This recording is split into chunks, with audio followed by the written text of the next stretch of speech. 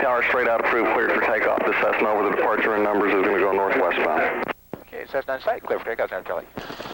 For takeoff, we're looking for 36 inches of manifold pressure, 2,250 RPM, and all the engine instruments must, of course, remain in the green. There we go, we're looking for full power.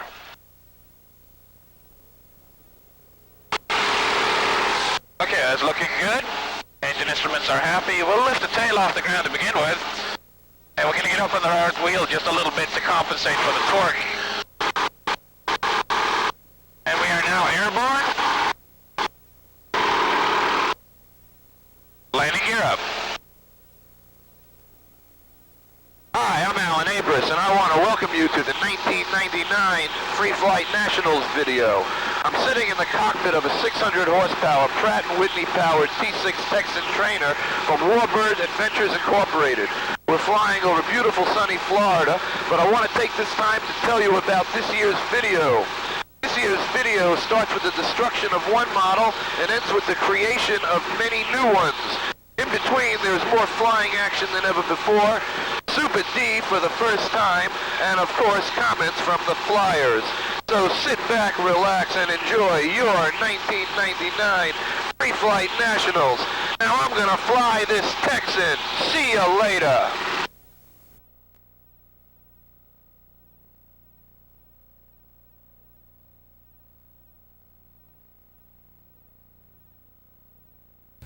Okay, we're going to show a quick field repair of a free flight that's been damaged on landing at the field here. So we're going to do a quick video on how to fix a free flight at the field. Let me go get the free flight.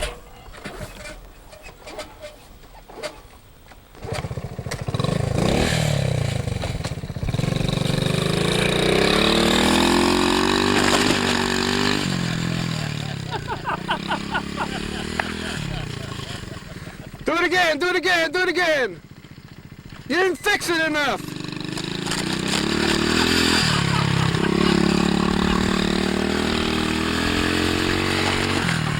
I got several shots. Jack is looking for your face all the way down. No, it's right over there. See the tail sticking up? That's the proper fix for a free flight. Where the heck is he going? Thank you. Let's see how it looks now after it's fixed there. Well, it's in much better shape than it was 10 minutes ago. Oh, it's going to fly much better now, too, I see. It will. Wow. It'll be much better now. Wow. You didn't fix that wing enough over there, man. Let me see. I do have a piece that's left. Let me just pick it up. Oh, yeah, that works much better now. This piece right here, actually it belongs over here. Save the engine, Jim. The engine, you notice, is still a good engine here. But that's how you do it. Quick field repair by Jim Bach and Fuso. Get the glue. Any CA?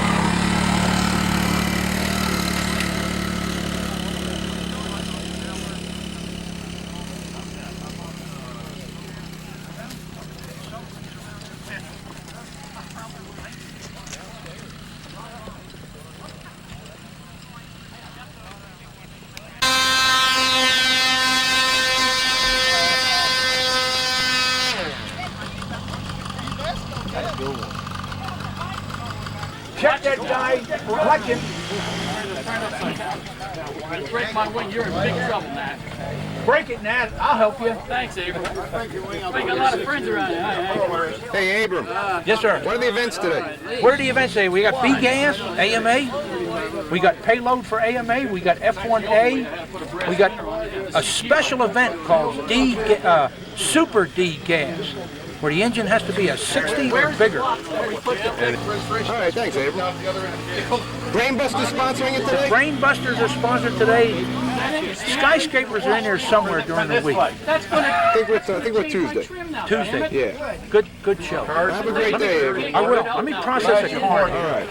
Golly. As a matter of fact, here's Super D right now. Whoa, 2 Maxes already. Yes, sir. Car, it's on McCleary. North. Pretty good. We worry more about porta potties. Oh, well, there's a few over there, you know. Yeah.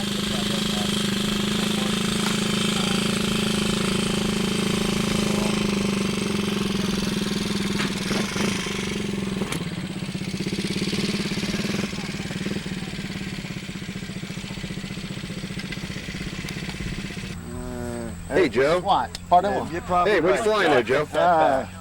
Centaurs. Whoa. What event you flying that one in? Super D. Yeah, what you got on that front end? OS, I'm going to put this right in here. OS 61.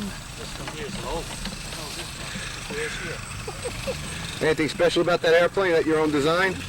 It's a takeoff from a Centaur that Bob Seifleet designed for an FAI ship.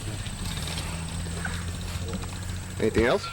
Well, from there it's my own design. What'd you do to it? I used the outline and changed everything else. The airfoils, the pylon height, the body structure, the rudder. So it's sort of a Centron. Yeah. So that's why I nicknamed it the Centaurs.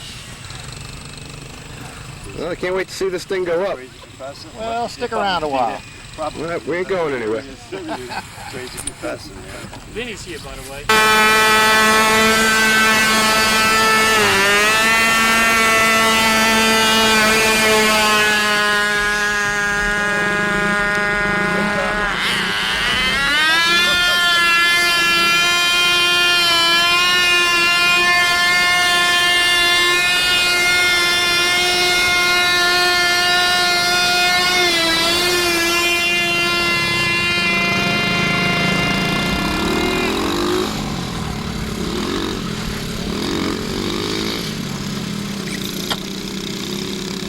Hey, Larry. Yeah, look at mine. Huh? Look at mine. Oh, wow. He does the glide nice.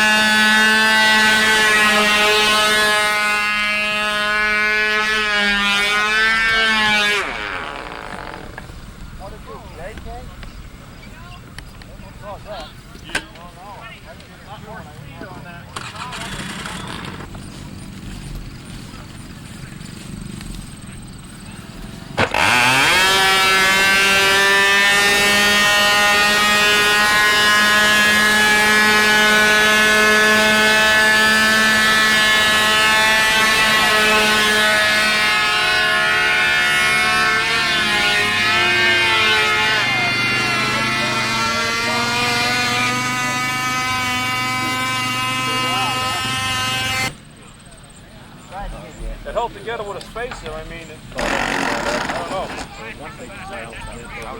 Do I have you, Joe? Yeah.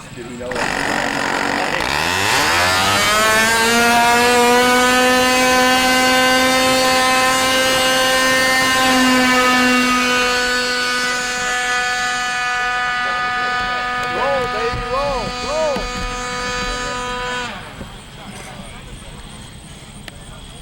Hey, that gets too high. Huh? Illegal.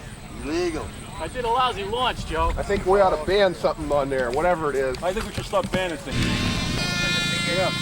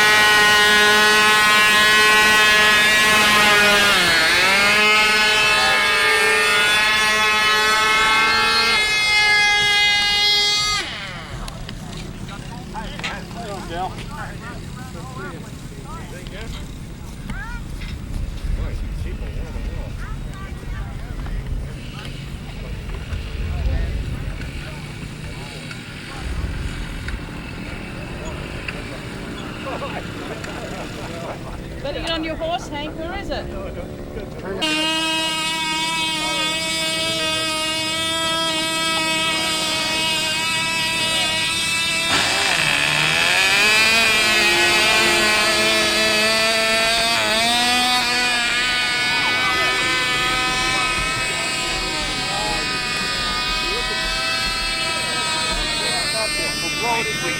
I didn't make it, did I?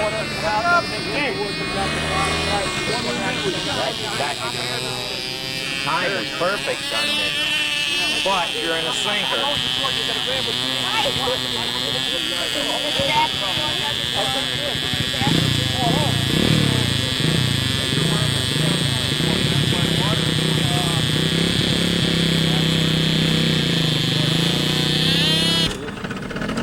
What are we flying here today, Bill? This is the Honeybee, Class C. It's a 780 square inch model. And I've got a Johnson 33 on it, weighs 33 ounces, ready to fly. And I'm just getting ready to fuel up for my 5th fly-off flight. I guess that's not necessarily fly-off. 5th flight.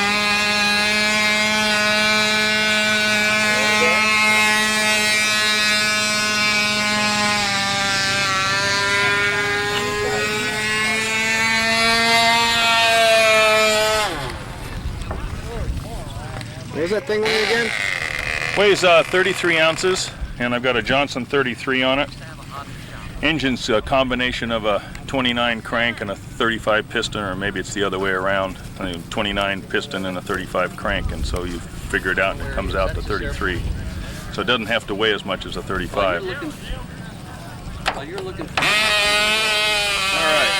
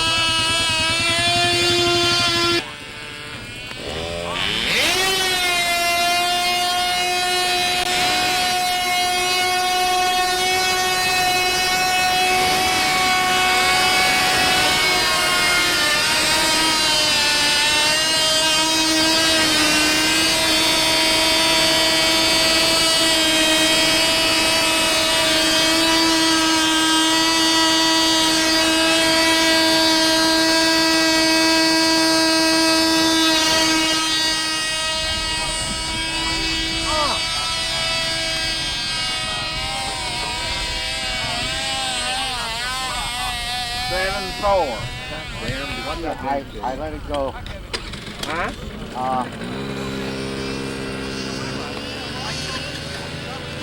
Flying good.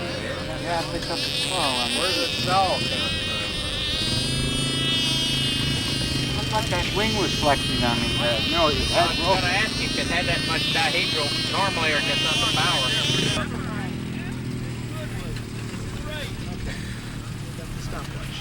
Who are you, sir? I'm Dick Nelson from Albuquerque. How you doing today, Dick? I'm doing fine. And what are you flying today, Dick? I'm flying Super D. And what airplane you got here? That's a modified satellite. It's 1,250 square inches and totally different than a satellite, but based on it. What's the power on that thing? Rossi 60. How's it flying? Well, I lost it once and got it back, and I'm going to try it a third time. To lose it or get it back? That's a good one. Time for commercial.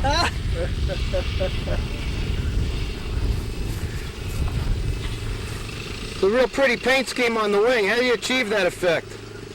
That's dope and powder sprayed through lace. Very pretty. Thank you. You ready? Yeah, let's see how it flies. Now the pressure's on, Dick.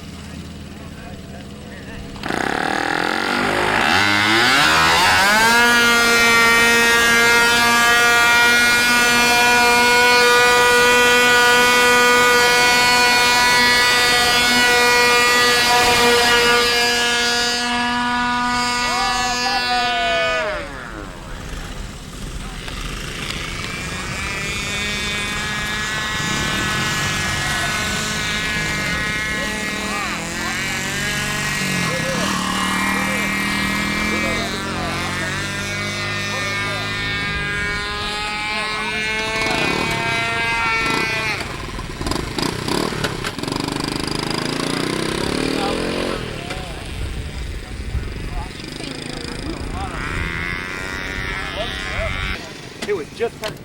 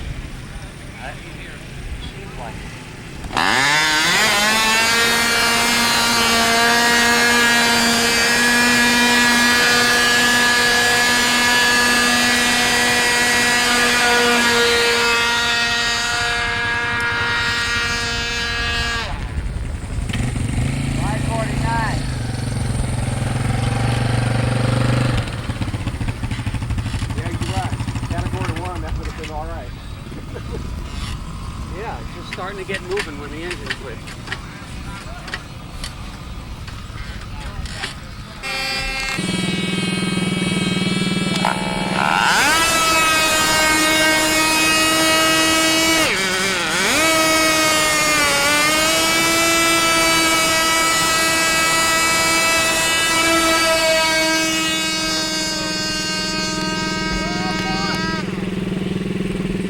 How was that one?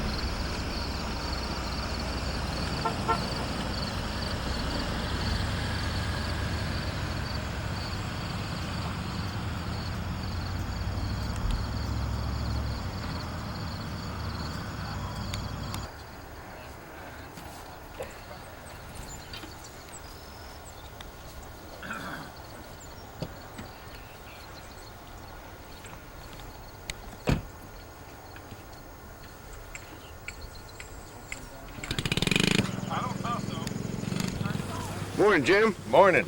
What's the event this morning? This morning it's Dawn Unlimited. What are the rules for Dawn Unlimited, Well, Jim? the rules are the model is just as unlimited in area and the amount of rubber as possible, and the whole flight counts. The timer gets to follow the model, and every bit of it counts right to the ground. I guess that's it. That's it. All right, thanks, Jim. You bet. Beautiful. Yesterday, I couldn't get a decent flight off this bitch all day long. There was a bunch of people who had the same problem, and I don't know what it was. Just bad air? No, it was windy, but the air wasn't that bad. Which bird you flying this morning, George? I'm gonna fly a little bitty, small, 6 or 7% great speckled bird, because it's windy. I'm not gonna fly my bigger. I have to chase it 40 miles. This is a little bitty model. It only weighs 4 ounces, rubber and all. Make 2 minutes, I'll be delighted. It's not a contender, but it's something I won't mind if it flies off, except for my radio. Shall I get the other one out? Yeah, here. Well, good luck, George. Well, thank you, Alan. But it just kicked that stab a little bit. Oh boy, the power pattern is nuts.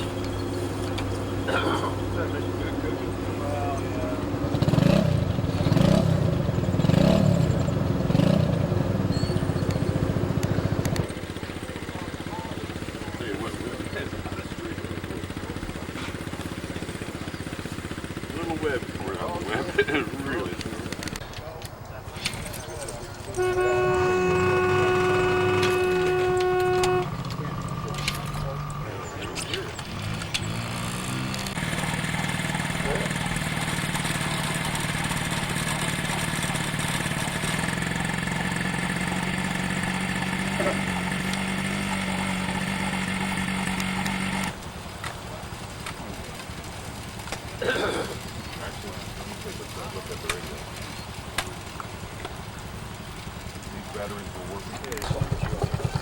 You got a little problem here.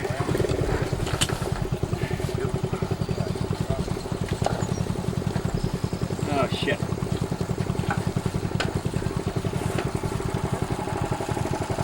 What happened?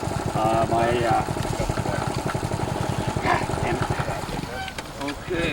My peg is it's now or never. It flies or it doesn't. It slid up. We're up in the air there.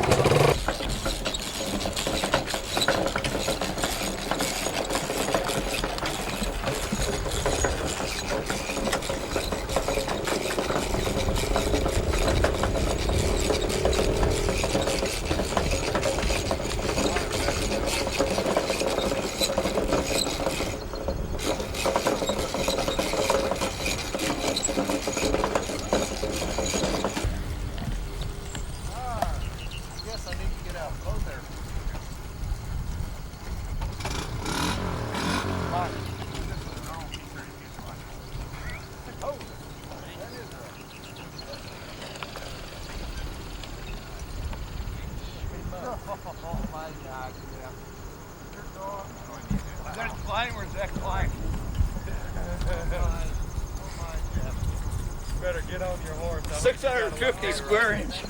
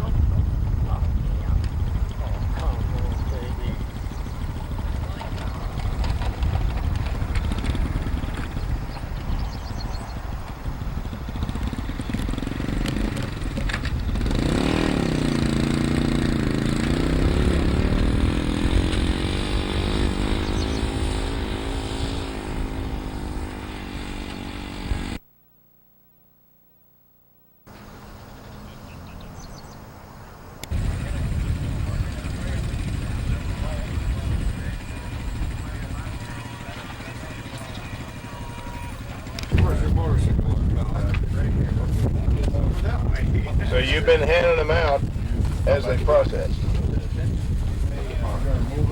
I assume that's what we're supposed to do. Well, that's good. Morning, who am I talking to? Talking to Ted Dock. Ted, where are you flying today, Ted? Super Rocketeer. What class is that in? That's Ignition Nostalgia. Well, have a good day, Ted. Thank you. This is my son, Denny. Hey, Dan, where are you flying? Flying fast B Nostalgia and hand launch gliders. All right, have a good one. Thanks. And I got a Rocketeer. On the hill. Good morning. Who am I talking to? I don't know. Okay, Survitus. Where are you flying today? B Nostalgia. What you flying? Which area? Oh, it's a honeybee. Flying F1H from the same place you flew F1A yesterday. Yeah, he's doing all the hill. What's your name, sir? Last name is Servitus, first name Bucky.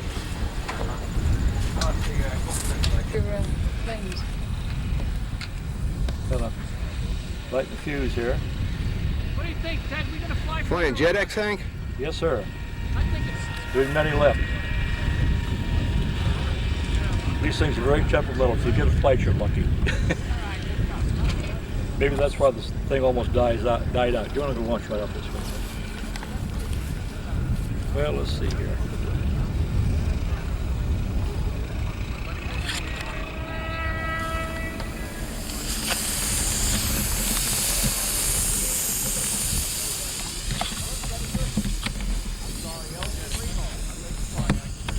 Not really struggling for altitude, is it?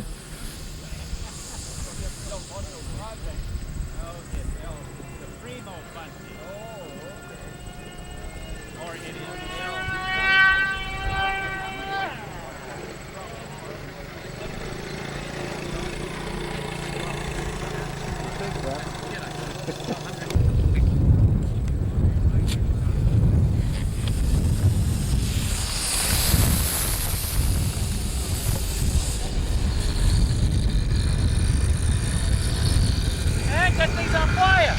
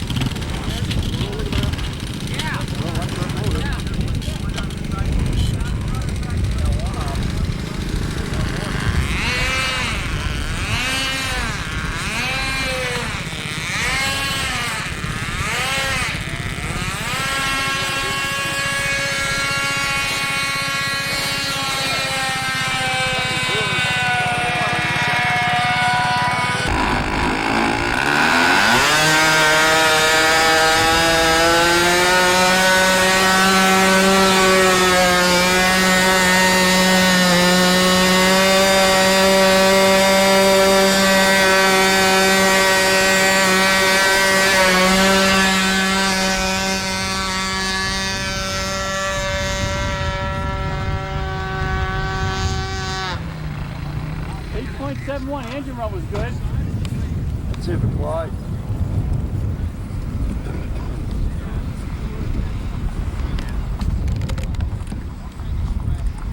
Flight's going to be alright. Transition was bad a little bit on it, so that's... You got that fucking swollen. Wow, yeah, it's still the transition, I think. I think it'll level out.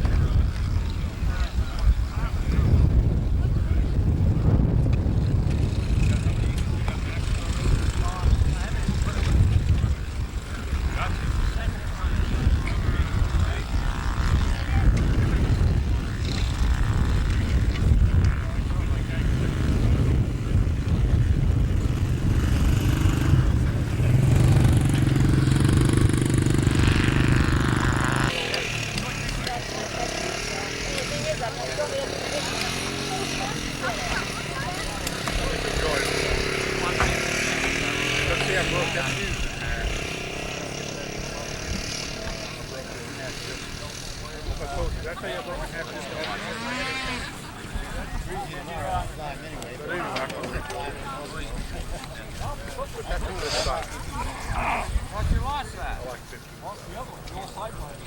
7 seconds.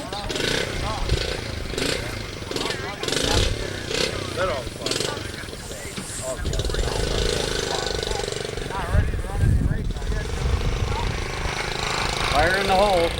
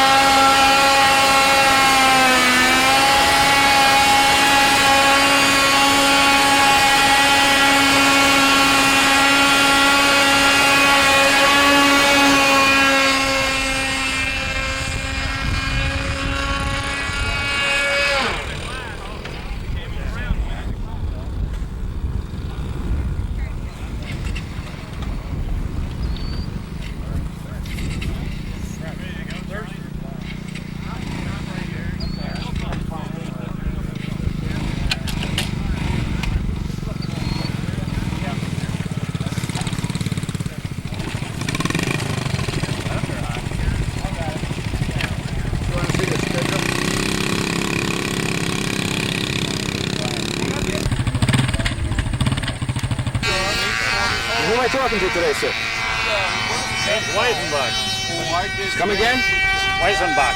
First name? Warren. Warren. What are you flying, Warren? This is a Sender.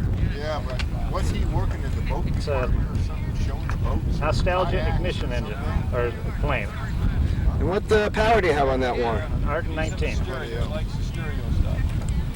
Right now, I can't get the tubing on where I want it. Come on, you stupid. Yeah. Go ahead, you ready? Fire it, I bet. I'll crack it.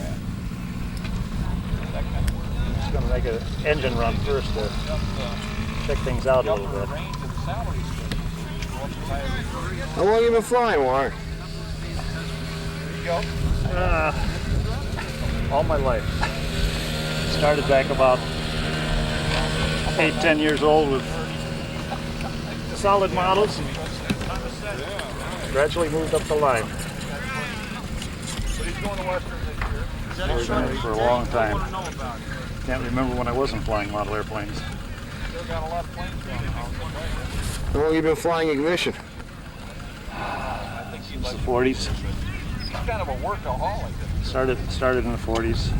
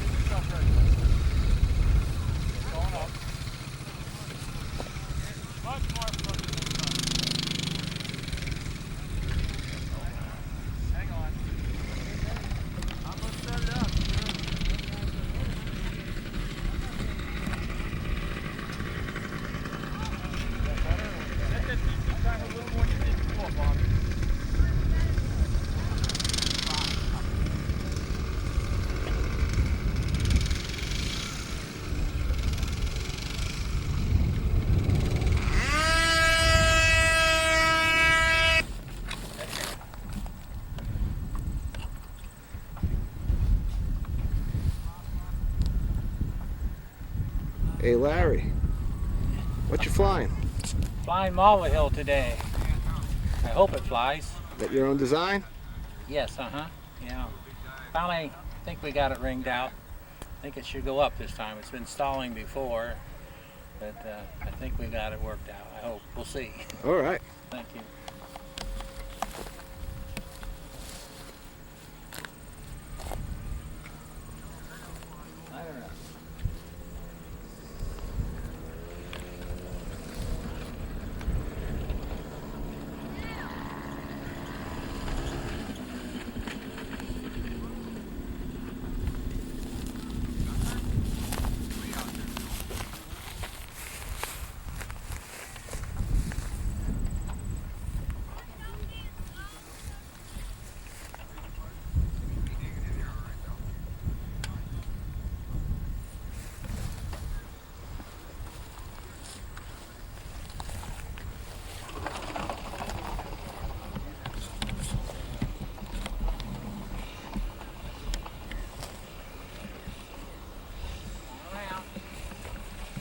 That's the better.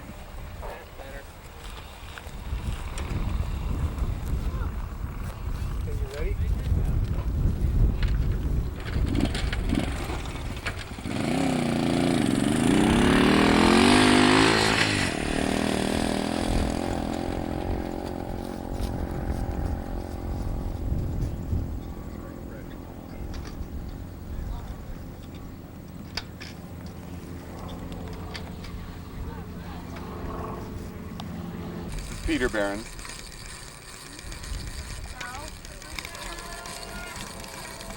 Okay, torque check. Two blast tubes together for the longer motor.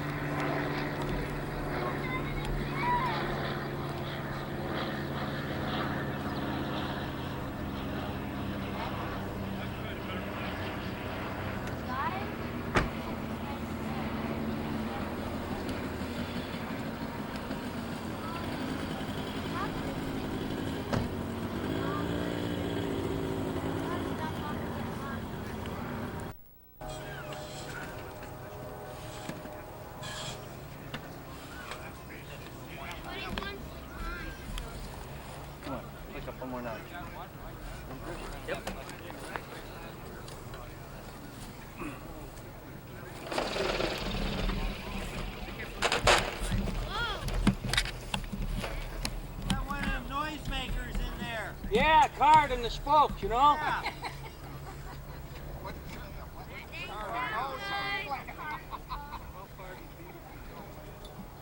The helicopter is what it is.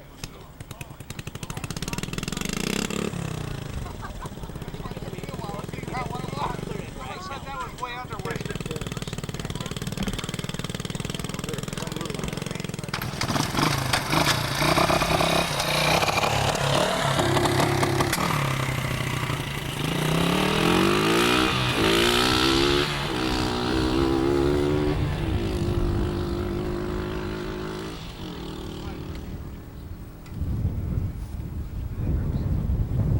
Nothing said at all. Okay. Now, So why does he do that? A whole left-right fighting? Because in order to get the model, see, I'll tell you the whole story. Alex flew in the 1981 World Championships and he ended up 53rd. That's the worst he's ever done in a World Championships. Okay. The problem that he had was is when the model would go up, models, all weight fields have this tendency, and we've fought it since the beginning of time. If they all want to go like this. Okay, you seen weight fields that do that? Yeah. All right, and most all this junk on here is to counteract that and get the model to go up straight like this and go into this power pattern. Okay, and they won't do it. Well, Bob White's the only one I know that can trim a model so it doesn't do that. Okay, and we were talking a little bit about that the other day. Alex got into the mode where his would go like this, and if the right turn was too sharp, it would never recover from that, and it would spin under really windy conditions, and it could never recover. So it'd go around like a U-control ship, and the prophet fold 150 feet off the ground. That's why he ended up 53rd. And he said that'd never happen again. So he went back, studied the problem, and this is the solutions that he's worked on for the past 20 years to overcome that. And it works. And it works. Are most guys flying right and left patterns then? No, everybody. Excuse me, who are you, sir? My name is George Baddick. How are you? I'm fine. Who are you? I'm Alan Abris, Homegrown Television, president of the Brooklyn Skyscrapers Club. Oh, glad to meet you. Glad to meet you too. These are two junior flyers, Evan Davis from Albuquerque and David Ellis from Connecticut. And they're aspiring Wakefield flyers. I know, I've been watching David come up through the ranks. Okay, very good. He's one of our club members. Very good. Well, I'm the manager of the junior team, and we did a seminar last Saturday where we talked about Wakefield for a full day. And this is kind of an advanced lesson on what we talked about then. Interesting. We're going to fly this in a couple minutes? You bet. Okay. David is. Okay, put one more in and come in. Should end up where you... And I was sort of like in shock anyways. Like, I mean, this just happened. At least you're better off with Dog that my wife. Take that as a gift. I've never got higher than a third. Put it this way. George said it was one of Enterprise's models that ended up Hang on to the prop. Oh, the one that George hang on the prop. Was selling for a doctor that never flew it. I guess he wanted it. And then he switched to like RC Palin racing the next week. Are you testing this model for David? Yeah, this is like an initial flight. Actually, the second flight on the model.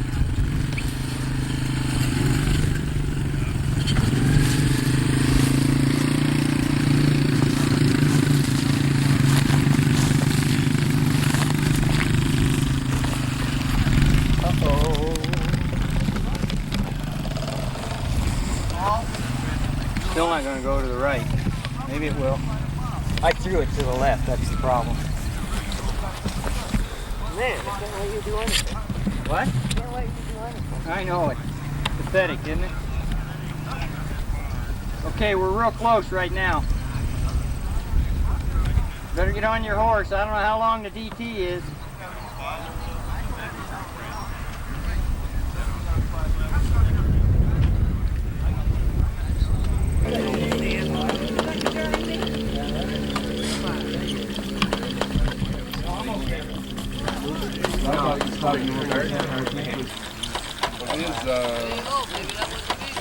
tell you, Art's pretty clever. Looking at the weather. That's probably where we're stopped. Yeah, that's the shoulder. Is that it? In Romania, I had a model that did an ET. And say about like this, what did you say, David? Something like this. We all jumped in the van. Okay, I'm going on. Okay.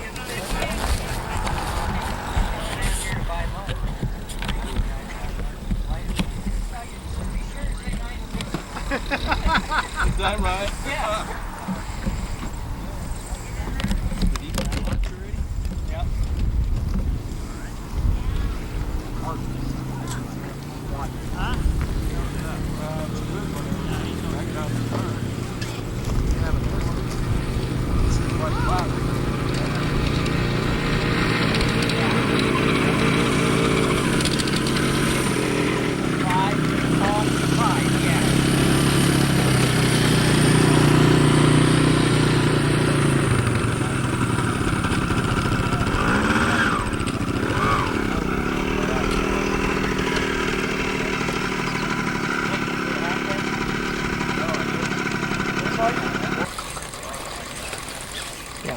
How many turns you got right now?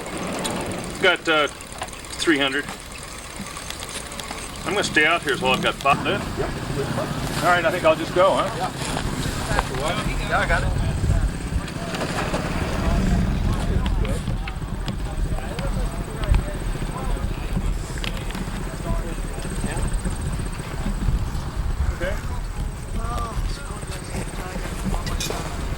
Supposed to climb better, right? Looked better than before. It was stalling time before. Good, good. Look much better.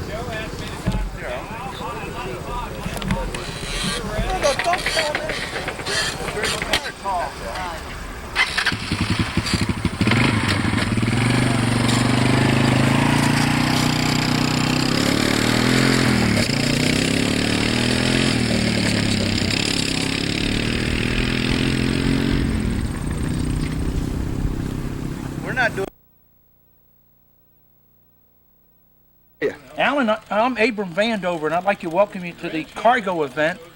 And when we talk about cargo, it's a specialized event where the engine cannot be any bigger than an 020. And this is one here. It's a Cox engine now made by Estes. The wingspan can't exceed 48 inches. Okay. That's one of the dimensions that's critical. The dummy pilot that sits somewhere in the aircraft has to have visibility both forward and both sides. So he has to have 75% view. You don't have to have it to the rear.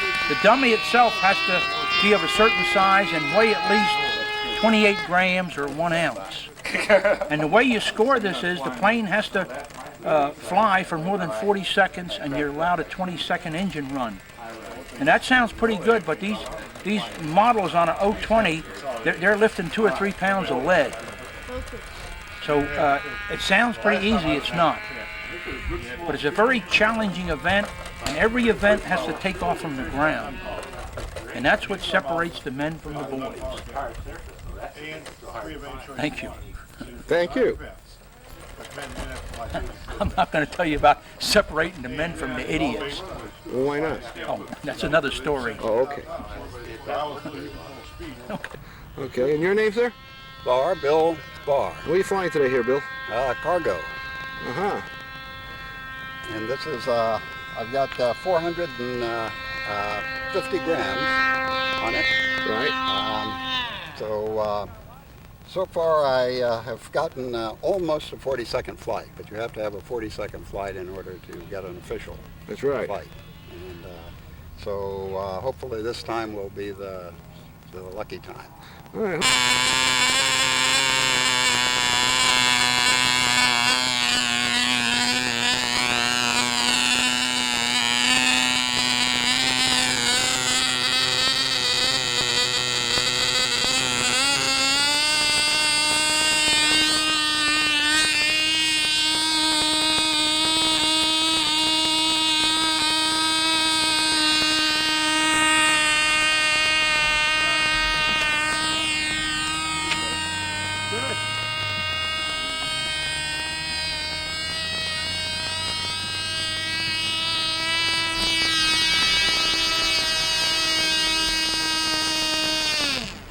18 and a half. Good. Good flight. And then All right, you can balance. Shouldn't fall now. they can come down awfully fast. How much weight you carrying now? 542. Great. You didn't have to lighten up there. Really, the wind was catching it on the scales, and I didn't get an accurate weigh on it. Well done. Okay, well, thank you. See, I'll put you down.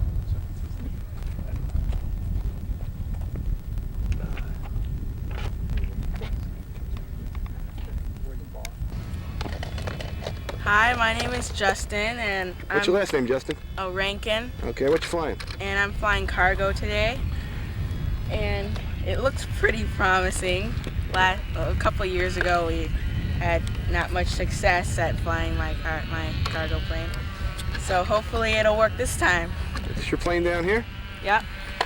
And I'm from Ann Arbor, and I came with my grandpa and my cousin, Dwayne, Rankin, and Christian Piazza. How you going, guys?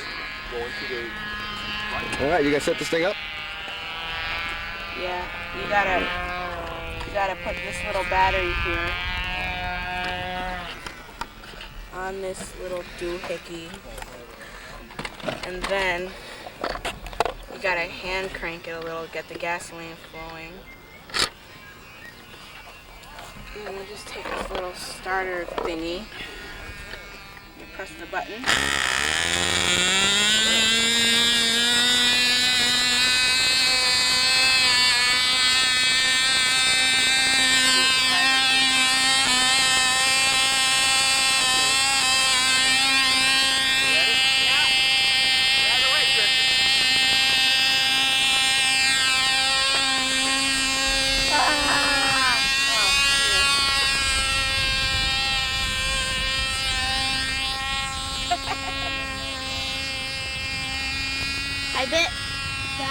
I bet he's having a good time. He's probably throwing up in that cockpit. How much? 18.4. That's not bad. Stay up there, you potlicker. It's coming down. First it was stalling, and now it's coming down too fast.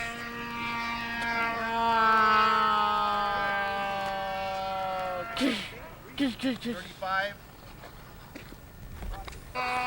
You sure did. How you doing today, Curtis Sanford? Good, sir. Excellent. And where you from again, Curtis? Dallas, Texas, sir. And was cargo again? Yes, sir. Cargo. How you doing so far? So far I'm in numero uno by 8 grams. So I got a flight of 550 grams, and my closest guy had one of 542. So the race is on. All right, we put one up now. We're going to try 550 again and see what happens. If we can get 3 flights with 550, then we'll try to weight it up a little bit and see if we can get a little more weight. We should get it. Of course, should and do are sometimes different out here. We'll see.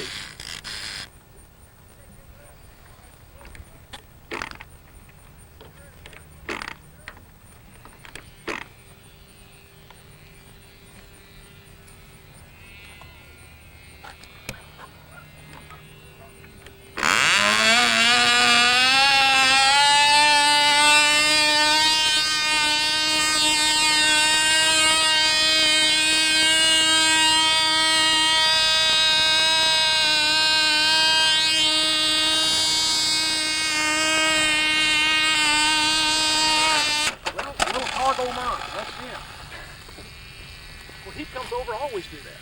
Under 40 seconds. Yep.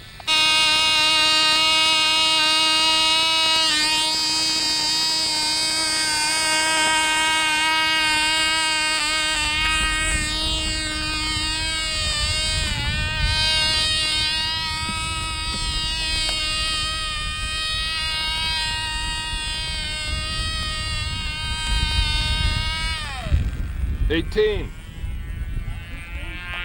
18.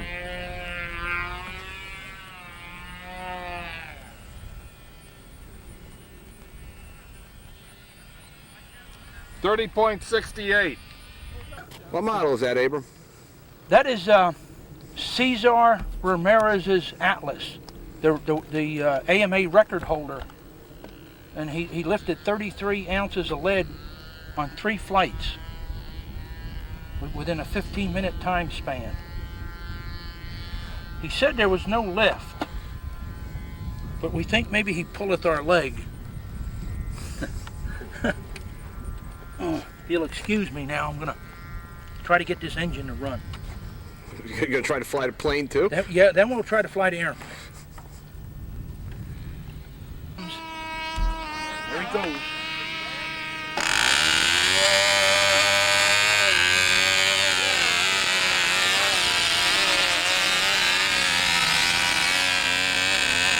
Where's the wind coming from?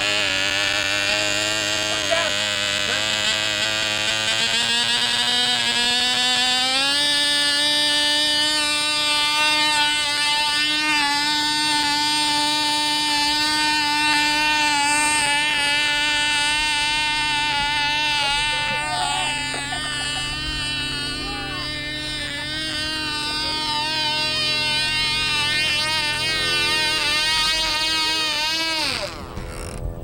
About 16 on the motor, so you got plenty more. Pretty tight fly, don't you think, John? Yes.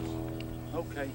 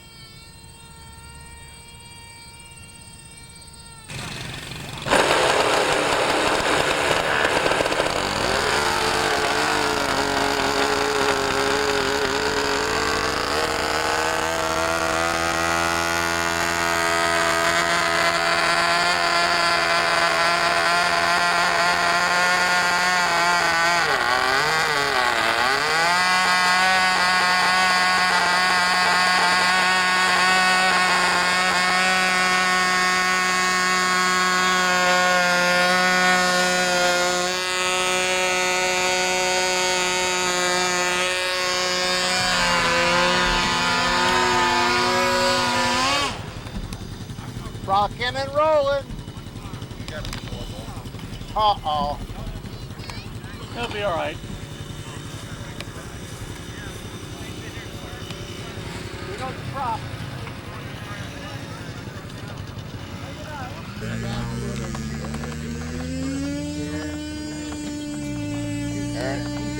When you wind it short of full up, like 90 or something like that.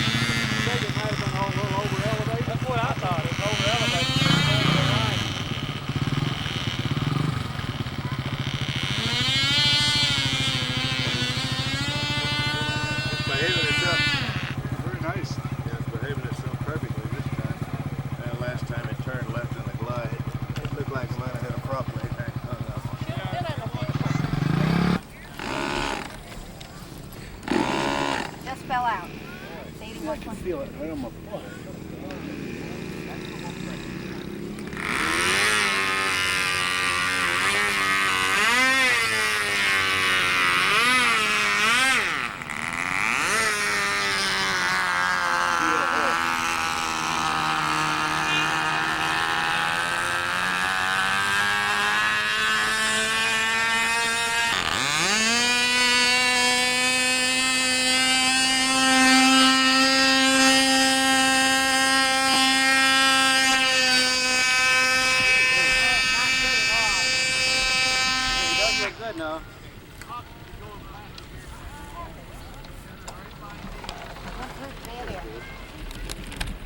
Yeah, I think I'm gonna go.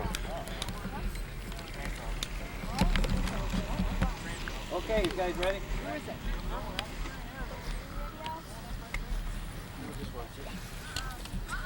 Chuck, you want to come No, this one's fine. Did you see what it went through? That stinger's done over.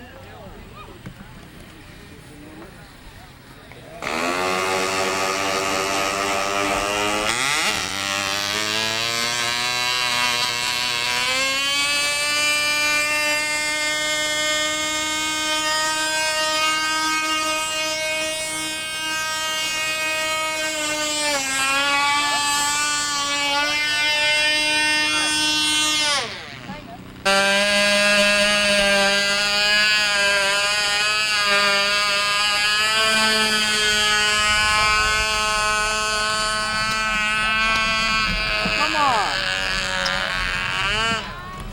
Now watch all this business. It hasn't been doing that. That's going to kill me. That was pretty close, wasn't it? I'm going to launch that call screen to turn on.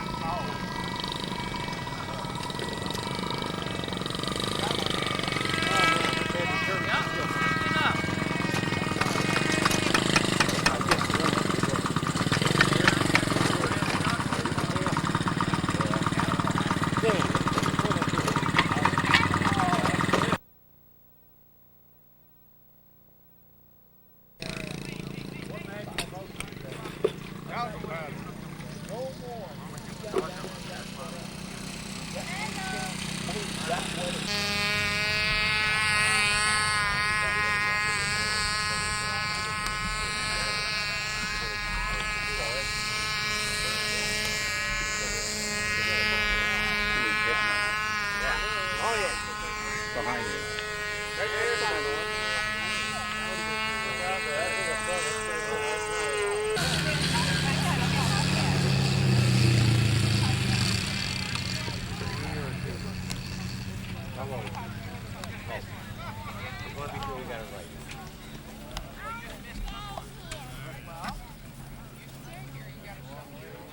There you go, guy. Get on your motorbike. It's gone. He got it. Oh. This one says hand on it.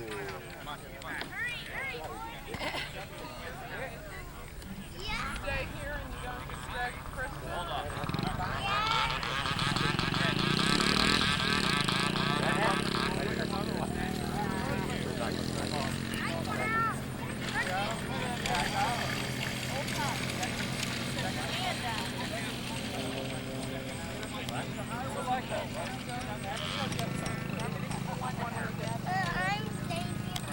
Well, we'll see. We're staying. I'm sorry.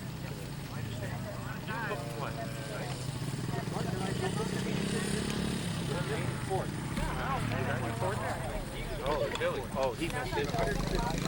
Well, he's got a last flight of it. He put it on the wrong card. Here. You're a big help, you are. That's what I just did. I was going to write his time on my card. See what I did?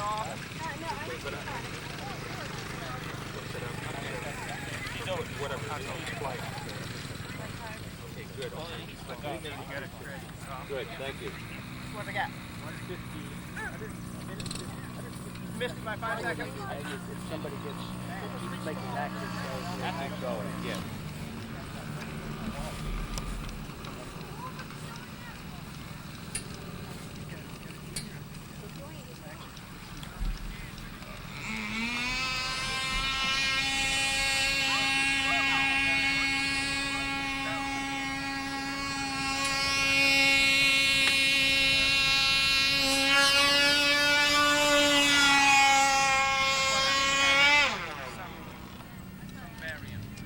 How long?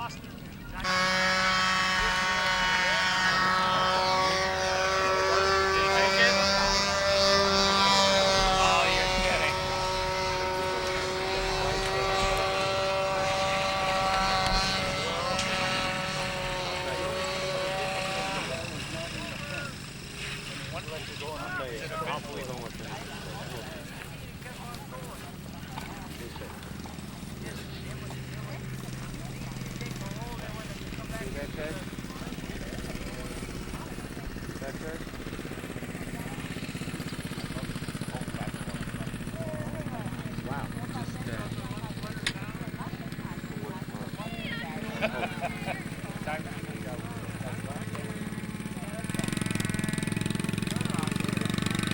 I wasn't quite clear because he's in the row. So Bernie's done. Get an opportunity when you drop a box of the hard hats, the safety glasses off, and electric also.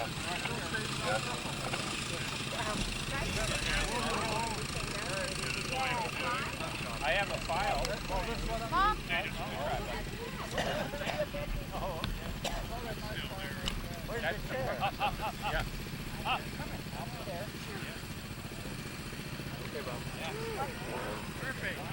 Done it again, and he's got to it.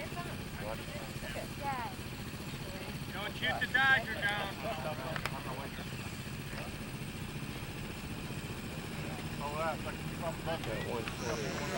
Got 15 minutes. Then we got 3.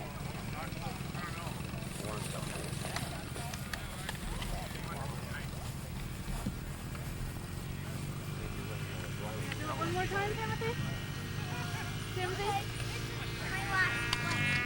Right. When you're ready.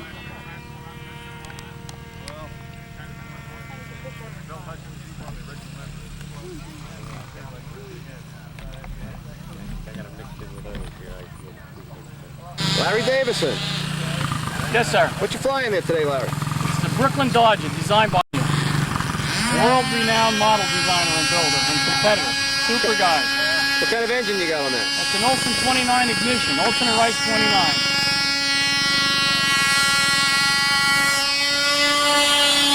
Plane is covered with polyspan and dyed with polyspan dye. Great covering material. And we're going to attempt to fly it again. What's the timer on that thing? The timer is a Texas Max 1 timer, which actually gives me 3 functions. The way I have it hooked up through a cord which goes to a micro switch to shut off the ignition. And then back here on the scroll, it goes to a DT timer. I mean, actually, it gives me DT, an engine run. It gives me 3 different functions. Engine cut off, DT, and I can also use it for quick DT if I say. And that's the story. So now we'll see how it's going to go. There's my timer. You ready, Bob?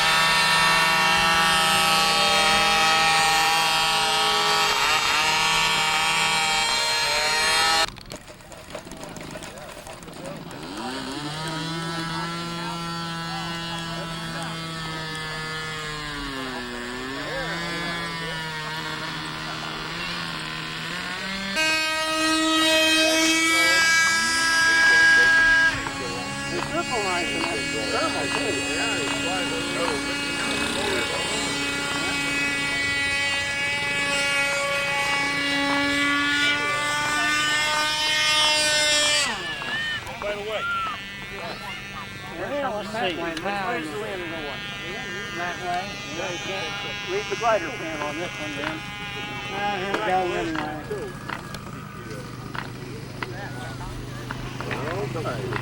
Fresh wind coming off the glider.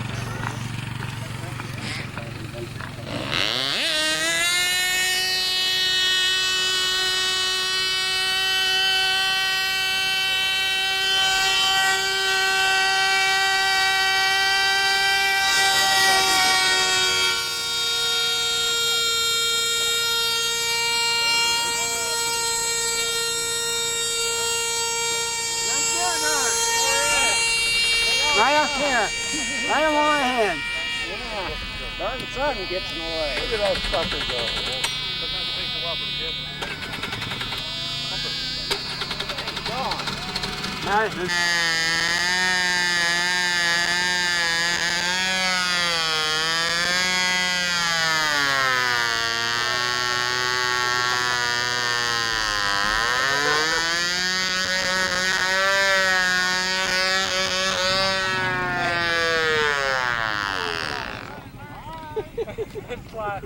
Hey!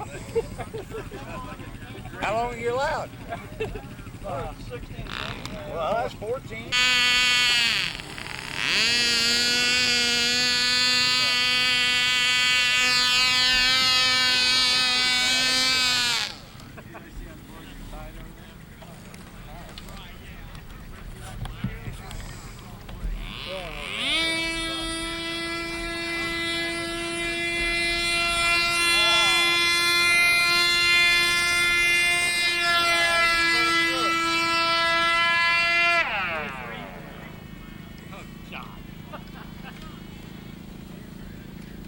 Going up all the time you're doing it.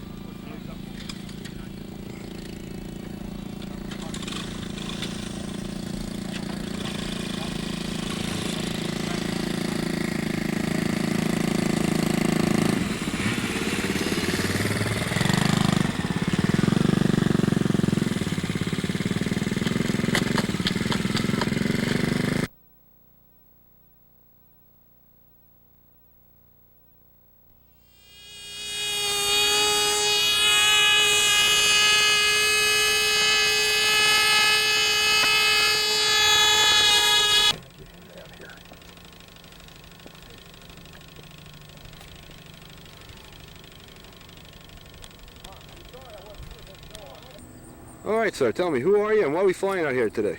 Oh, what are we flying today? We are flying gas scale. This year, 99, there are no gas models in gas scale, except for one that's CO2. The other gas scale models are electric. This is kind of a strange and wonderful thing that's happened. It used to be that some of the gas scale models were using 29s and 30s because they were big enough to have some kind of fancy controls. Basic idea in gas scale is a scale model that flies as if a pilot is aboard, but there's no pilot, no radio control, nothing like that. It just goes up. This thing does fly, just don't know why it's not doing it today.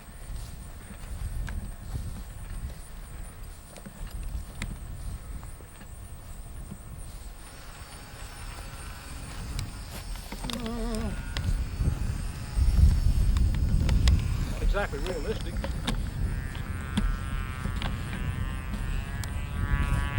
Seconds, somebody, 20 seconds. Such realism. The pilot's sitting in the back of the airplane.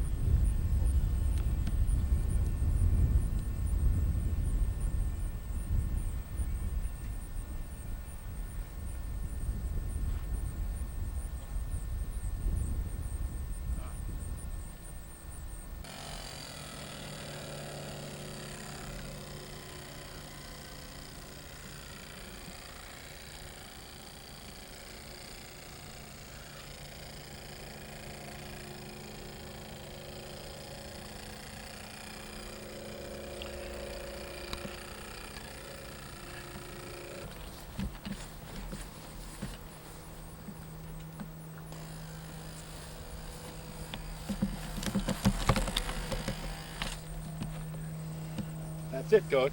Yeah, not enough time. Well, the problem is that it's just got to be dead calm to fly the. Wait till he gives you that. I'm ready whenever you are. We're rolling. Gives you the high sign. Okay. Okay. You're the man.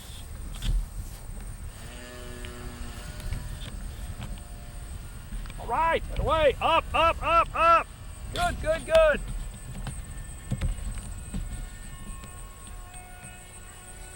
Way to go, little CF. Oh, that's great. That's the way it should fly. I'll get it, Kurt.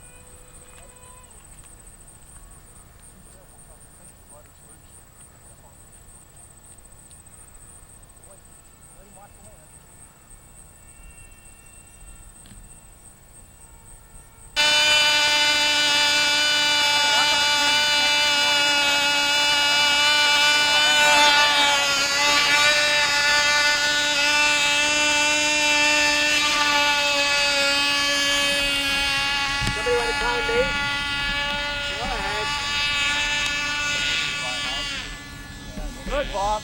Nope, 8.74. Boy, you're up there, man. Well, I felt something coming through. I think you're in it. Hopefully not.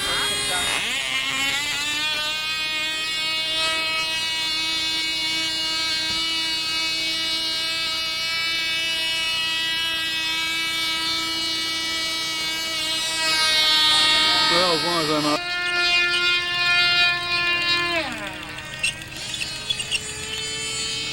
That's good. Bob, solid. I'm well. How are you?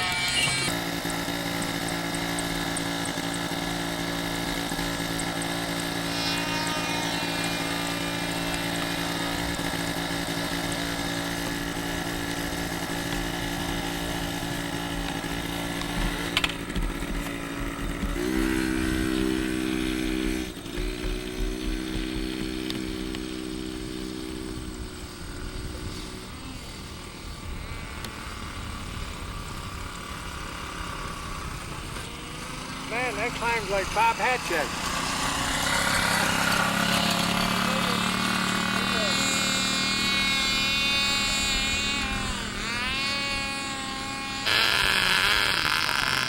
Good morning. Who am I talking to? This is Charles Caton, Where are you from, Charlie? Montgomery, Alabama. And what's the airplane you're flying today, Charlie? This is a Hummingbird with a KMB 3.25 in it, Class 8. 13-year-old airplane. What's the wingspan on that thing? I don't even remember. I don't remember. What's the motor in that? It's a KMB 3.25.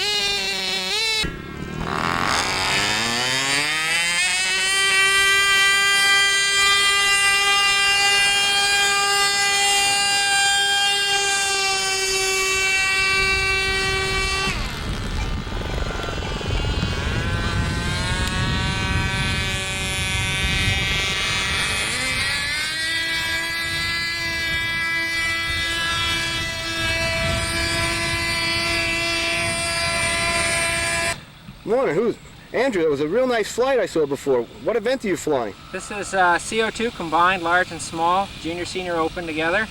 It's a Brown B100 motor in a very old, very trashy Peck Polymers One Night 28. That was a very indifferent P30 and is now a pretty good CO2 model. Let me see the motor. Take your hand away from that. Yeah, it's one of Bill Brown's finest. It's a B100. It was manufactured about 3 years ago. It's one of the last ones Bill built. And it runs so well that I keep flying it even though I would be heartbroken to lose it. But it's a wonderful contest motor. It'll drag this piece of junk around for 2 minutes, no problem. I might add that I was able to win CO2 with this model in 1997, so it is competitive, though there are potentially more robust approaches to the event. This is kind of cobbled together. But it's a good airplane. The tissue's getting brittle. It's about a 15-year-old airplane.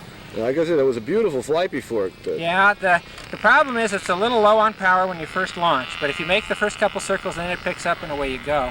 So the first couple circles were a nail-biter, but after that, looked good. Beautiful. Where are you from again, Andrew? I'm from Northville, Michigan, which is in the area of Detroit and Ann Arbor, and I fly with the balsa bugs. How long have you been flying? Since I was about 10 years old, and I'm 40, so 30 years. Wow. And I'm not ready to stop yet.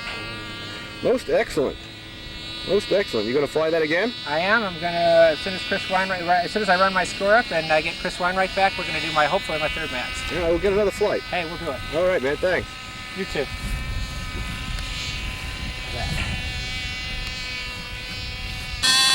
All right, Andrew, I see you have the tank is sitting on ice. That's correct. Now, why is that again? That's to collect the carbon dioxide near its maximum density. If you collect carbon dioxide at the temperature of ice, 0 degrees centigrade, it has a density of about 0.9 grams per cubic centimeter, something like that. Just about that of water. Turns out that's about the highest it can be, and so you collect about the most carbon dioxide by weight, liquid carbon dioxide, doing this. Gives you the longest motor run, and it's very reproducible. It runs the same every time. And how long do you charge that for? Oh, until I'm just sure I got it all in. I just wait, I watch the ice melt. When I see the ice not melt much anymore, then I'm pretty sure I've got it. And when I take it off, I'll go ahead and I'll just have to make sure it's good and heavy, which it is. So the charge took. Now let's put the rubber band back to hold the tank in place, and I'm ready to fly.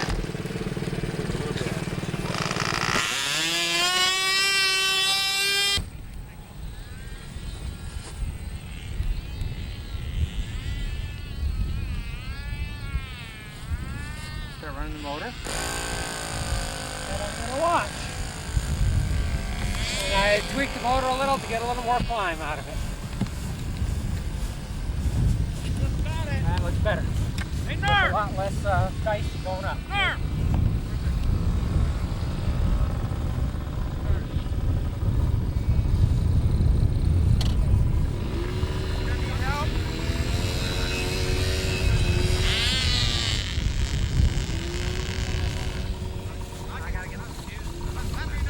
Pictures now.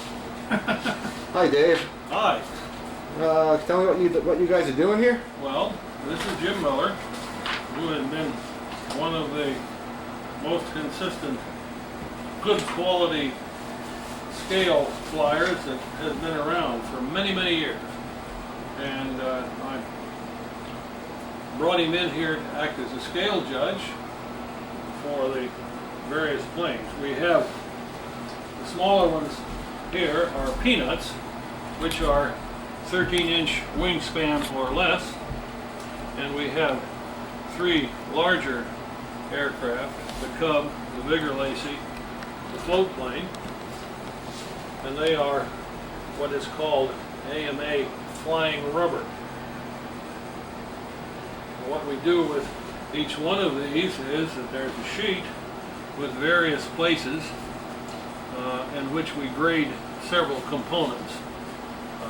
For instance, workmanship, are all of the decorations, details, numbers included?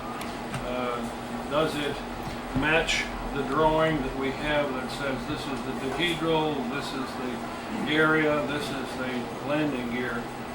So that each part of what Jim is doing is putting together a number, which interestingly enough will be the number to which the plane flies. As a for instance, we completed one, the scale number was 66. This meant that that particular plane could fly for 66 seconds. If it flies for 70 seconds, it still only scores 66. So it's important that the plane score well on scale in order that it's going to score well on flying. A beautiful plane that flies poorly is penalized by bad flying, and a plane which is poorly done but flies great is penalized by the fact that it isn't a good scale model, so that both of those balance out.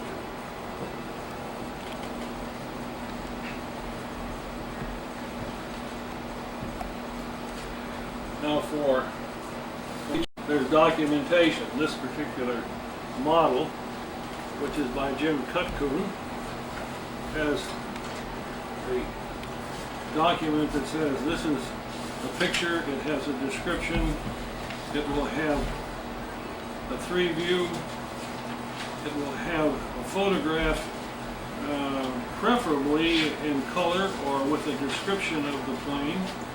These kind of photographs provide things like identification numbers, type of trim, whether the engine was cowled or uncowled. All of this adds up to how we judge that particular airplane. And then we have to judge it. Of course, it has to fly in competition with the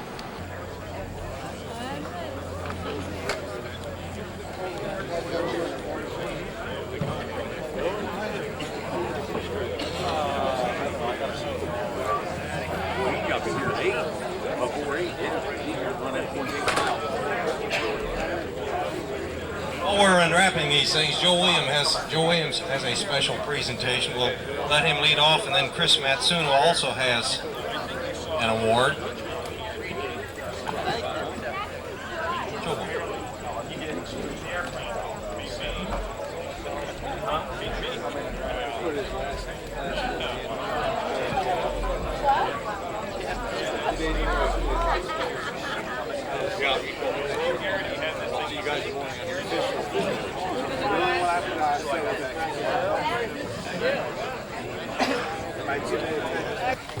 We're going back to Detroit, Michigan. This is the Aero Cup. It was obtained by Jim Bennett, and it's provided each year to the winner of Wakefield.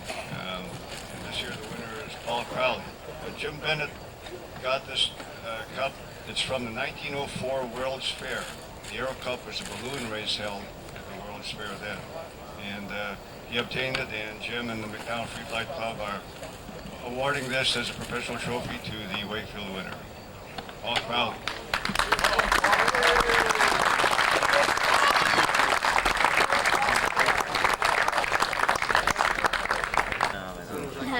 Art Ellis. Himself keeping score today. Hey, Art, what's going on? Modelers Association did a great job today, and he might have got hurt. There's always a certain amount of nostalgia associated with the sport. Just speak a little louder. And what we have is we have a large number of people that are perennially 10 years old. And so what we're doing tonight, in celebration of our junior program, is putting together 48 starting with the AMNs, Sky Streaks, which are these solid balsa rubber band planes. The way we start juniors today. Places. And hopefully these adults will have as much fun flying these very simple planes as the kids do. Third, George Perriman. When are you going to be flying Second this? place, Jeffrey Enos. Probably as soon as they finish talking. Oh, cool. And who's helping you here? Well, on my right, Louis Joyner. Okay, and who else do we have assembling models here? Well, I'm tying knots, Ed Wiley. All tied up in knots, huh? I'm all tied up in knots. Okay. How many of these things you got built yet? Wow.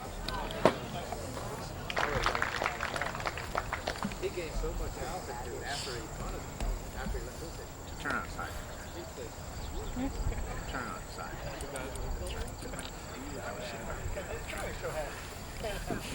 I see we got one of the 10-year-olds is flying now. Oh yeah, just want to make sure that.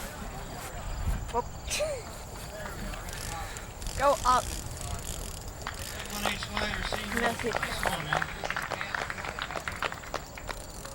Well, there, watch.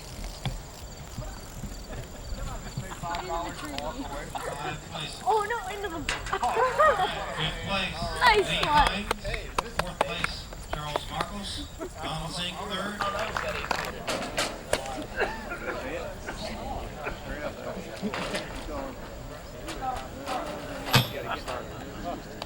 Catapult glider senior.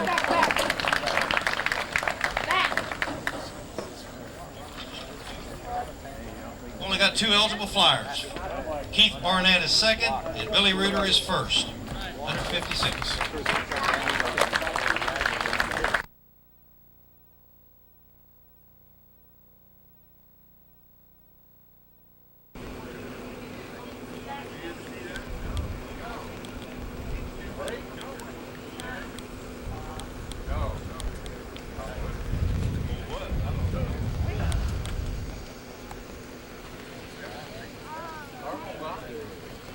Randall Hopkins. Where are you from, Randall? Paducah, Kentucky. And you're flying a ramrod? Flying a ramrod. Quarter A. Yep. How's it doing?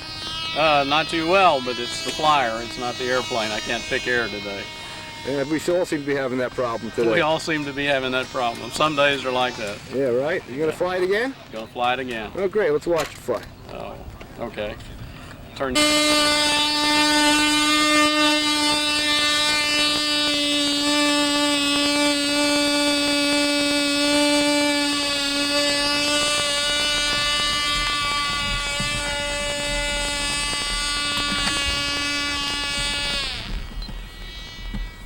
8.85, Randall. I might as well throw it in no air 3 times straight, and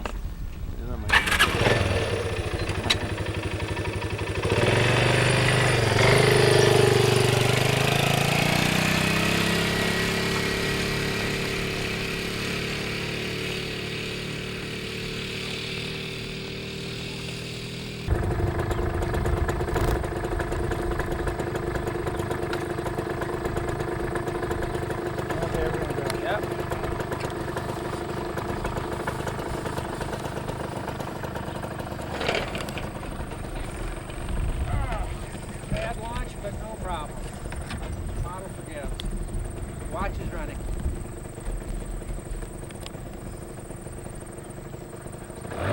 Belly low.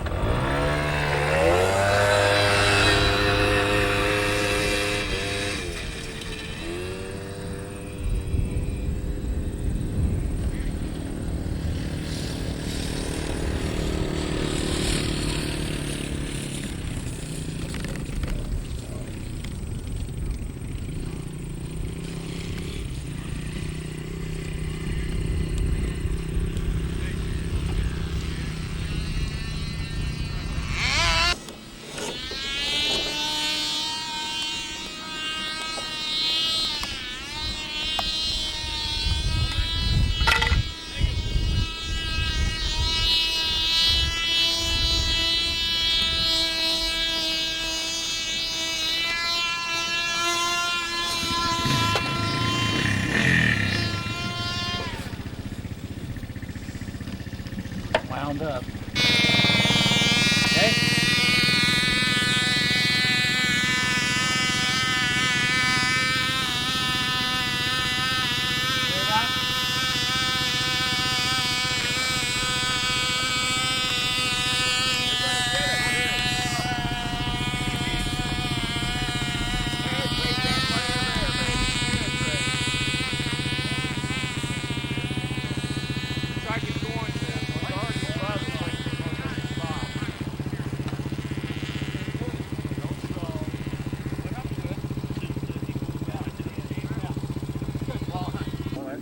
How long you been flying, Keith?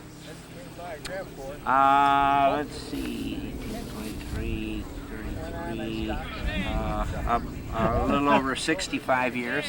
Running for the thing, jumps up in the air. What got you into free flight in the first place? I grew up in Ohio, and there are a number of modelers down there, but I was on my own, and I started out carving solid models because I like the design of full-scale aircraft.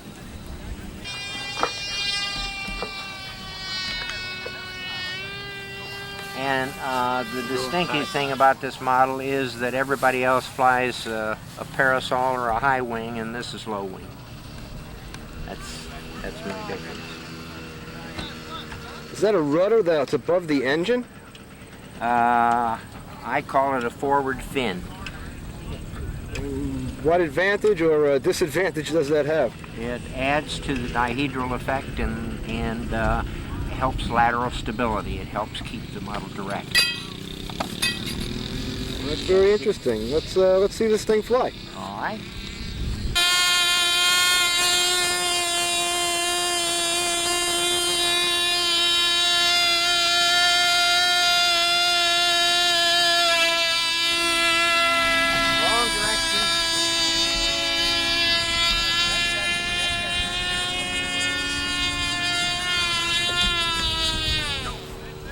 Okay.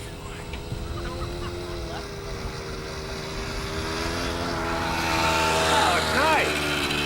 Yeah. Yeah, the wind blew me off to the right. That's the absolute wrong pattern, so it is stable. Yeah, there you go. This week. Alan, I think it's been a great week. All in all, the weather has been cooperating. Hadn't been too windy. We didn't get any rain until last night before the NFFS Texas Timers cookout. Had a little shower just sort of cool us off, and but outside of that, it's been very nice. Winds have made us move around quite a bit. We probably moved 5 or 6 times this week, but not great velocity, which is what we like. It hasn't been too unbearably hot like it has in the previous 2 or 3 weeks here in the middle of Indiana. So I think we're very, very satisfied. We've had a lot of great performances. Anything stand out in particular? Oh my, the F1A boys, we had several, I'd say we had 15 to 18 guys in from California, and many of those, like Lee Hines, designer of the famous Sweet Bed hand-launched glider, and I think he's a member of the team this year. Fellows like that with some outstanding scores. Bob White, who was honored at our NFFS banquet Tuesday night, was here, and he won coupe with a big six-way playoff, six-man playoff. F1J was hotly contested with six in the fly-off in that one. And who won that one? Alan, I can't remember. Neither can I. I can't recall. That was a good one. There's been a lot of outstanding times, and everybody's had a lot of fun, which is the main reason we do this thing we do, called free flight.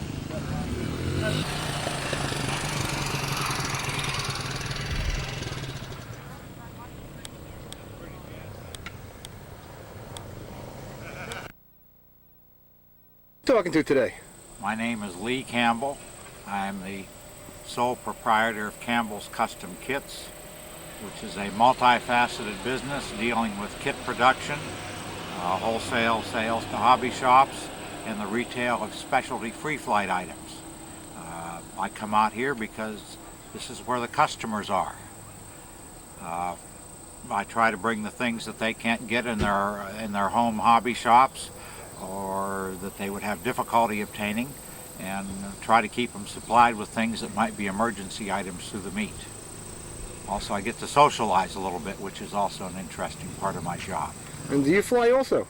Yes, I do. I do not fly at the Nationals, but I fly at most of the smaller and regional meets. And how long have you been into free flight? Well, I've been building model airplanes since 1954. I've been competing since 1963, continuously. And what are your biggest sellers out here on the field? Probably dethermalizer fuse, surgical tubing, gas and rubber propellers, and winding hooks. Those would be the major things. And out of all the kits that you manufacture, and all the designs that you manufacture, which seems to be the most popular? The biggest sales item for the last 4 years has been the straight-up handheld catapult glider. It's catching up. It's almost #1 as far as what I've made in the overall scheme of things. So far, Tiny Piglets are still a little ahead, but I've made about 4,000 of those so far. And is that your design or someone else? That's my design, yes. The straight up was designed by Joe McKenna of Dayton, Ohio. For in each kit. The first thing that's going to happen here, I've got the paper pattern cut out, and I'm going to spray some number 6065 3M spray mount on the back of this paper.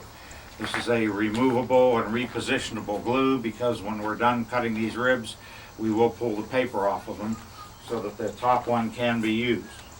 Here goes the spray.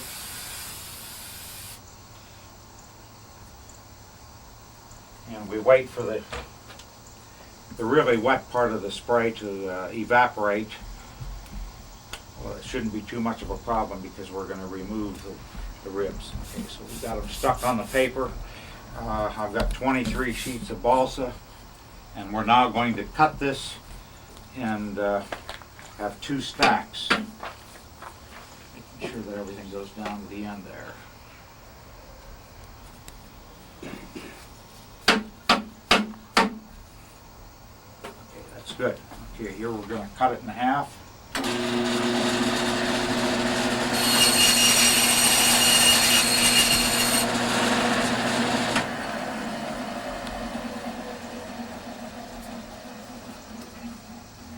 Okay, the next thing that happens is that we run a band of tape around the center of the ribs. We just use regular UPS tape. It works very effectively. We start at the top, the bottom, the other side, and bring it all the way around. And we'll want to make sure that that tape is put on there very neatly and touching in all places to keep things together. We're then going to make a cross cut to expose the true length of the end that we want in the ribs. Here we go.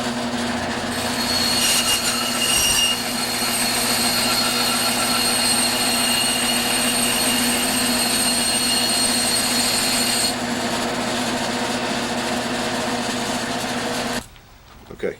Okay, we're now going to cut the trailing edge part.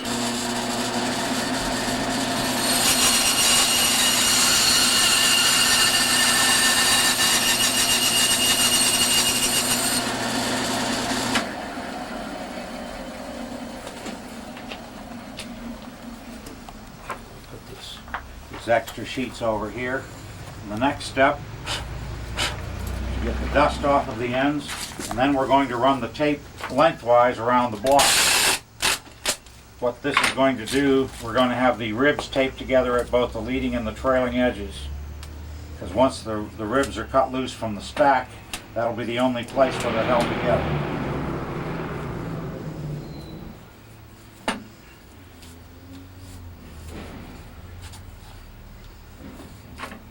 Always double check the stack to make sure it's still square.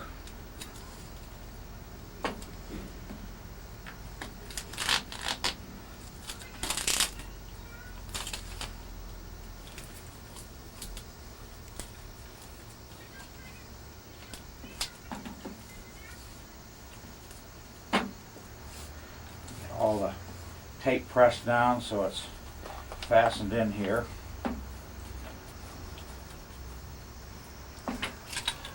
Our little tape machine out of the way. Okay, we're now going to cut ribs, and what we have here are a pair of blocks, and the ribs are held from each side, and that keeps the stack straight.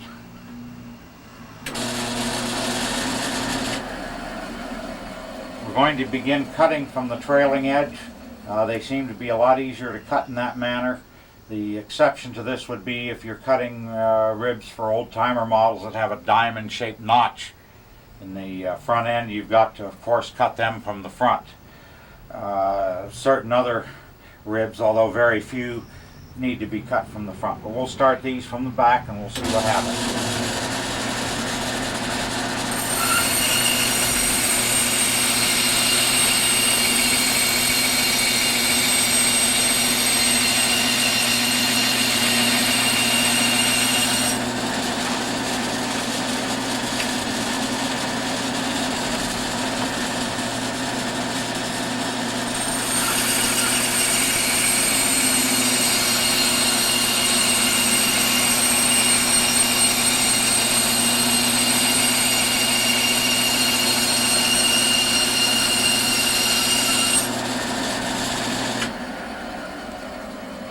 Okay, we now have one stack cut, and hopefully at this point we'll get a proper setup and get the notch put in them.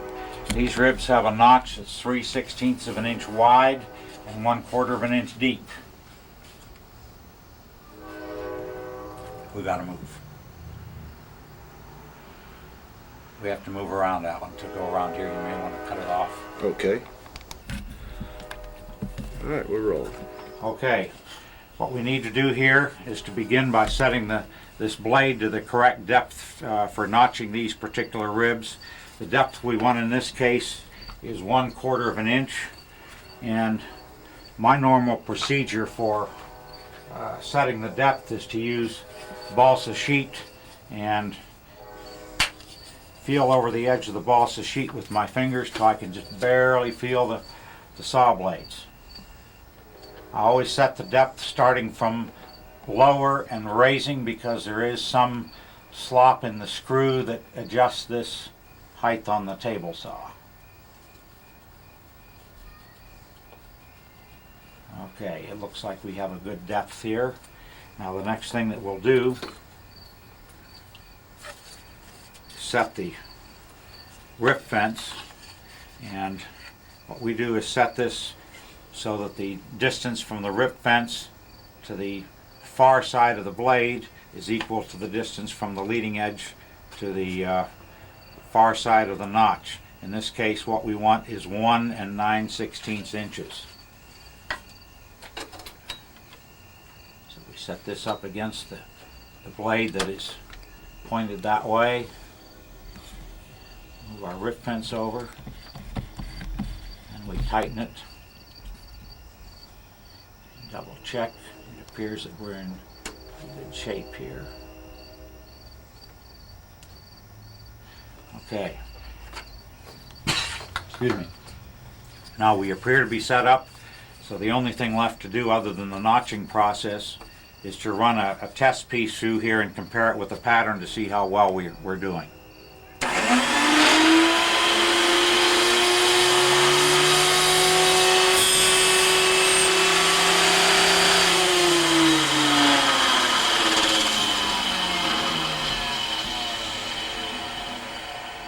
measure the depth. The depth is good. It just goes barely past the center of the line on the ruler.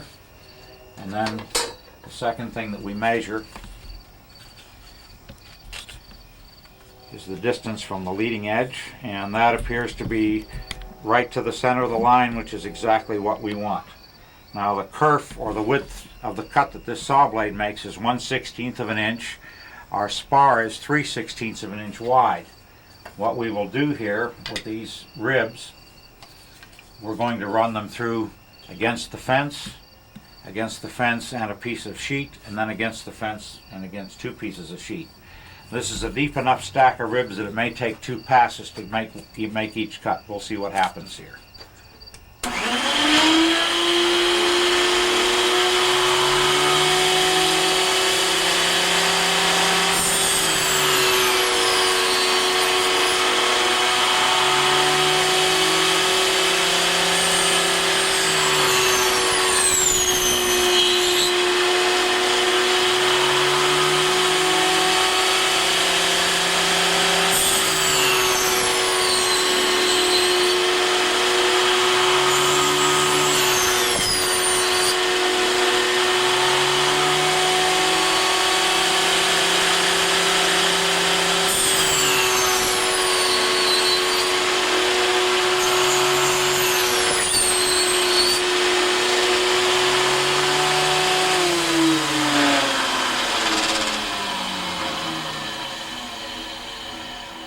Okay, it looks like we're all set.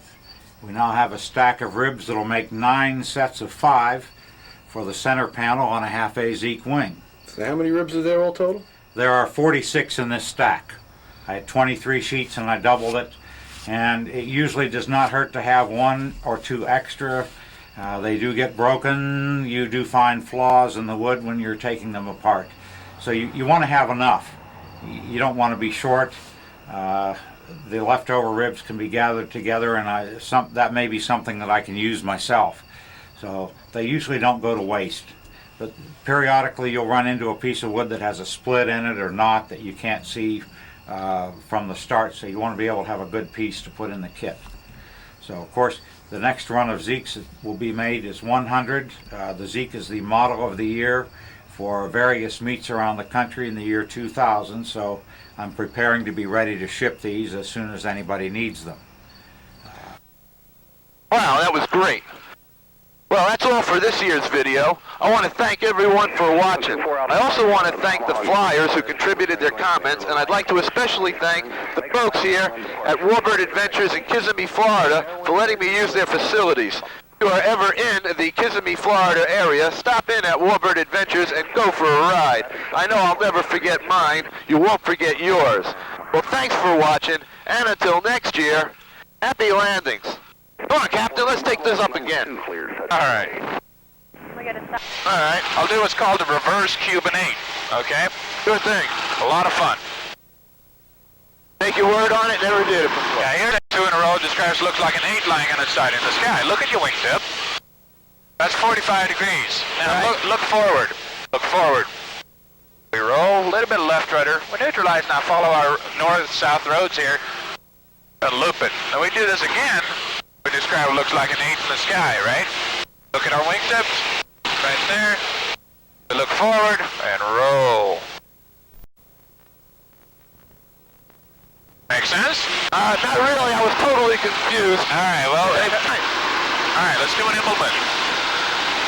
This is a half loop that we roll level on top. Technically a little bit more advanced. Now look forward and roll. The idea now is to level on the horizon without... All right, in that case, you got the airplane. Let the nose come to... Right rudder. Let's get some speed here. Level your wings. Go straight. Keep diving. Keep diving. Keep diving. Keep diving. All right. And tighten your stomach up. Pull. All the way back? All right, a little bit more than that. Yeah, a little bit more. There we go. Now look forward. All right. Relax a little bit. Keep pulling. Keep pulling. And stop.